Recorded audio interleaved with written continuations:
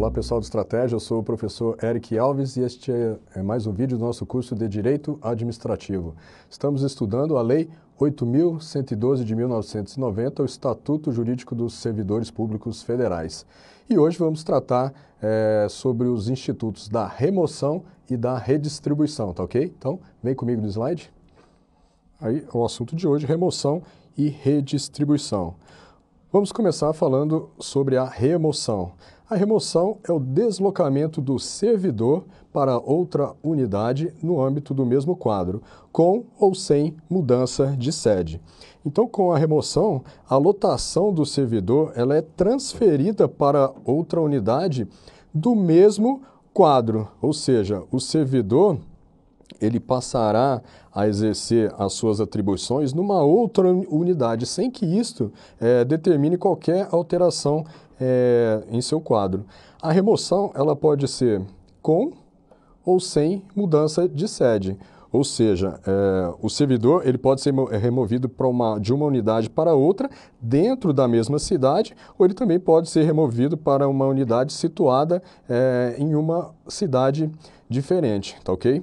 Então, a remoção pode ser com ou sem mudança de sede.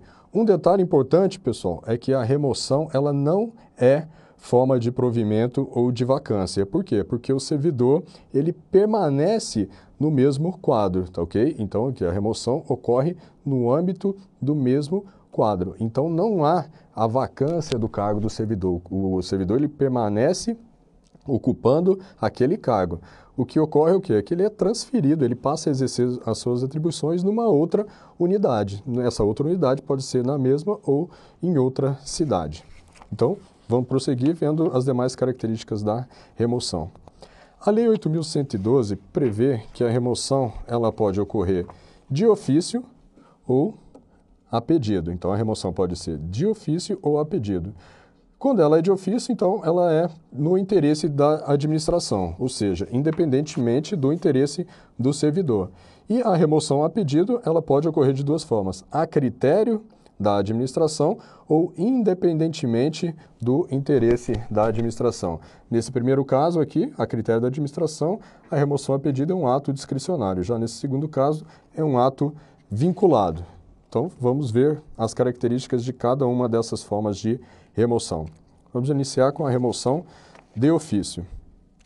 A remoção de ofício ela ocorre exclusivamente no interesse da administração, ou seja, ela independe da vontade do servidor. Remoção de ofício, então, independe da vontade do servidor. Ela ocorre no interesse da administração. A administração está com uma necessidade, com uma carência de pessoal em determinada unidade ou de uma determinada localidade, então ela vai e transfere, remove o servidor para aquela localidade, independentemente do interesse do servidor, no exclusivo interesse do serviço, no interesse da administração. Contudo, esse ato de remoção ele deve ser sempre motivado, tá ok? Então, ele deve ocorrer no interesse da administração, no interesse do serviço, em prol do interesse público. Ou seja, a remoção, a administração, ao remover o servidor de ofício, ela deve indicar as razões que justificam esse interesse da administração. Por exemplo, o melhor aproveitamento dos quadros, suprir uma carência de pessoal em determinada unidade. Jamais, pessoal, a remoção ela poderá ser utilizada como uma forma de punição do servidor. Por quê? Porque a remoção não é uma penalidade disciplinar. Então, o chefe não pode simplesmente remover um servidor para uma unidade, para uma localidade inóspita, porque não gosta daquele servidor ou porque aquele servidor cometeu alguma infração disciplinar e, como forma de punição, a chefia vai e remove aquele servidor para uma zona de fronteira, para uma cidade do interior, por exemplo. Não pode. Tá? A remoção ela não pode ser usada como forma de punição disciplinar. A administração, quando for efetuar a remoção de ofício, deve motivar esse ato e mostrar que essa remoção ela está ocorrendo no interesse da administração, ou seja, no interesse público, em prol do serviço. A remoção de ofício, ela dá direito à ajuda de custo para custear despesas de instalação, desde que haja mudança de sede. Então, um detalhe aqui, a remoção de ofício, ela dá direito à ajuda de custo, ou seja, um adicional que o servidor faz jus, é um adicional pecuniário, para quê? Para o servidor ele custear as suas despesas de instalação. Afinal, ele não estava esperando aquela remoção, uma remoção de ofício, ele não estava esperando, ele pode não estar preparado para suportar essas despesas de instalação. Então, a administração deve pagar ao servidor uma ajuda de custo. Porém, essa ajuda de custo só é devida quando há a mudança de sede. Então, uma remoção de ofício para a mesma localidade não dá direito à ajuda de custo. Outro ponto a respeito da remoção de ofício é que a administração arcará ainda com as despesas de transporte do servidor e sua família, compreendendo a passagem, a bagagem e bens pessoais. Então, além da ajuda de custo, o servidor removido de ofício também faz jus à indenização em relação às despesas de transporte. Então, a passagem do servidor para aquela nova localidade e também o pagamento da mudança do servidor. Então, a administração também deve arcar com essas despesas, desde que haja mudança de sede. Agora vamos falar a respeito da remoção a pedido. A remoção a pedido, vimos que ela pode ocorrer de duas formas. A primeira, ela pode ocorrer a critério da administração. Então, o servidor ele faz o requerimento de remoção e, conforme o juízo de conveniência e oportunidade da administração, ela pode ou não deferir esse pedido. Então, a critério da administração. E a outra modalidade de remoção a pedido é para outra localidade, independentemente do interesse da administração. Então, nessa segunda hipótese aqui, o servidor ele faz o requerimento de remoção, ou seja, uma remoção a pedido, e se o servidor preencher os requisitos previstos em lei, a administração ela é obrigada a deferir o pedido de remoção do servidor, ou seja, trata-se de um ato vinculado. Então, esse tipo de remoção ela ocorre independentemente do interesse da administração. Um detalhe é que a remoção a pedido, sendo um ato vinculado, ela deve sempre ocorrer para outra localidade, ok? Sempre para outra localidade. Então, vamos ver quais são os requisitos, quais são as situações em que a remoção a pedido ela deve ser necessariamente deferida pela administração. A primeira situação, essa aqui, para acompanhar cônjuge ou companheiro, também servidor, deslocado no interesse da administração. Então, o cônjuge do servidor também é um servidor público, civil ou militar, e esse cônjuge, ele é transferido de ofício, ou seja, ele é removido de ofício, removido no interesse da administração para outra localidade. Então, o servidor, cujo cônjuge foi removido de ofício, ele tem direito também a essa remoção, ele deve solicitar a remoção para acompanhar o seu cônjuge. E se a administração realmente verificar que o cônjuge foi deslocado no interesse da administração, ela, para outra localidade, ela necessariamente deve deferir o pedido de remoção do servidor. A segunda situação é por motivo de saúde do servidor, cônjuge, companheiro ou dependente. Então, o detalhe aqui, o servidor ele pode solicitar a remoção para outra localidade, para quê? Para acompanhar o seu cônjuge ou companheiro ou dependente que está passando por alguma necessidade de saúde. O detalhe é que esse cônjuge, companheiro ou dependente, ele deve viver às expensas do servidor e constar do seu assentamento funcional. E também deve haver a comprovação por uma junta médica oficial dessa necessidade de saúde. Então, preenchidos esses requisitos, a administração deve necessariamente deferir o pedido de remoção do servidor. E a última situação é em virtude de processo seletivo, o famoso aqui concurso de remoção. Então, a administração ela possui vagas em determinadas localidades e existem mais interessados do que vagas para ocupar existem mais interessados do que vagas para essas localidades. Então, a administração ela faz um concurso de remoção para poder preencher essas vagas. E os aprovados nesse concurso, eles devem necessariamente ser removidos pela administração. Então, são essas as 3 situações em que a remoção a pedido, apesar de ser uma remoção a pedido, a administração deve necessariamente deferir, ou seja, uma remoção a pedido independentemente do interesse da administração. Lembrando sempre que essa remoção a pedido, como um ato vinculado, ela deve ocorrer sempre para outra localidade. Então, se em alguma dessas 3 situações aqui implicar uma remoção para a mesma localidade, a administração não deve, essa obrigação da administração em deferir o pedido deixa de existir, tá ok? Então, remoção a pedido como ato vinculado apenas para outra localidade.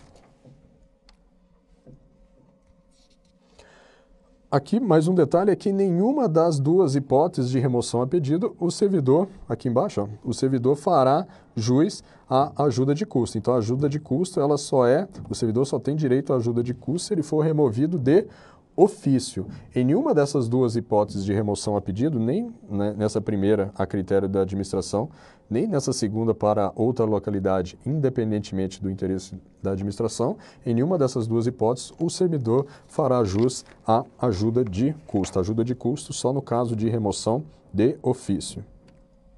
Vamos falar agora a respeito da redistribuição. Vimos lá que a remoção é o deslocamento do servidor. Aqui na redistribuição, o deslocamento é do cargo efetivo. Então, quem se desloca é o cargo.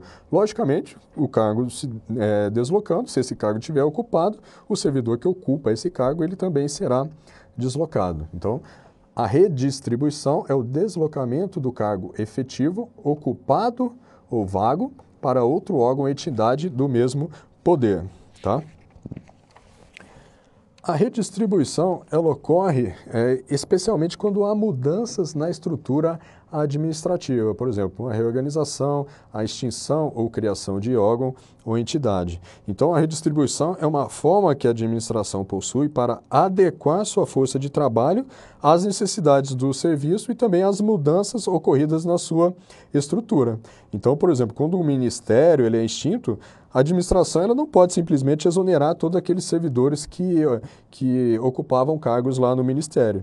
Muitos desses servidores são estáveis. Então, ocorre que os cargos daquele órgão, daquele ministério extinto, eles são redistribuídos para outro órgão. E se esses cargos estiverem ocupados, logicamente o servidor que ocupa esse cargo, ele também será movimentado para o outro órgão. A redistribuição, ela ocorre sempre de ofício. Então, redistribuição sempre de ofício. Não existe redistribuição a pedido. O deslocamento do cargo, ele ocorre sempre de ofício, no interesse da administração. E a de redistribuição, ela deve observar, dentre outros requisitos, né, esses requisitos estão previstos lá na Lei 8.112, ela deve observar equivalência de vencimentos e de nível de escolaridade, vinculação entre os graus de responsabilidade e complexidade das atividades, compatibilidade entre as atribuições do cargo e as finalidades institucionais do órgão ou entidade, dentre outros requisitos. Então, o cargo ele vai ser redistribuído para um outro órgão e, logicamente, lá nesse outro órgão, ele deve ter uma necessária equivalência com a natureza daquele cargo. Então, um cargo com o mesmo nível de escolaridade, com o nível de complexidade das atividades equivalente, deve haver sempre essa compatibilidade. A Lei 8.112 diz que o servidor que foi removido ou redistribuído, então aqui estamos tratando tanto de remoção como de redistribuição, o servidor que foi removido ou redistribuído para outro município, para outra localidade, ele terá no mínimo 10 e no máximo 30 dias de prazo, contados da publicação do ato, para entrar em exercício na nova localidade, incluído nesse prazo o tempo necessário para o deslocamento para a nova sede. Então, tanto na remoção como na redistribuição para outra localidade, o servidor ele tem no mínimo 10 e no máximo 30 dias para entrar em exercício na nova localidade. Vamos ver agora duas questões de prova para finalizar este assunto. Vamos lá, a primeira. Considerando que, no interesse da administração, um servidor público efetivo tenha sido removido de ofício para outra localidade, o cargo que ele ocupava anteriormente será considerado vago. Então, vamos ler novamente. Considerando que, no interesse da administração, um servidor público efetivo tenha sido removido de ofício para outra localidade. Nessa situação, o cargo que ele ocupava anteriormente será considerado vago. Então, essa questão está errada. Por quê? Porque a remoção do servidor é o simples deslocamento do servidor dentro do mesmo órgão ou entidade.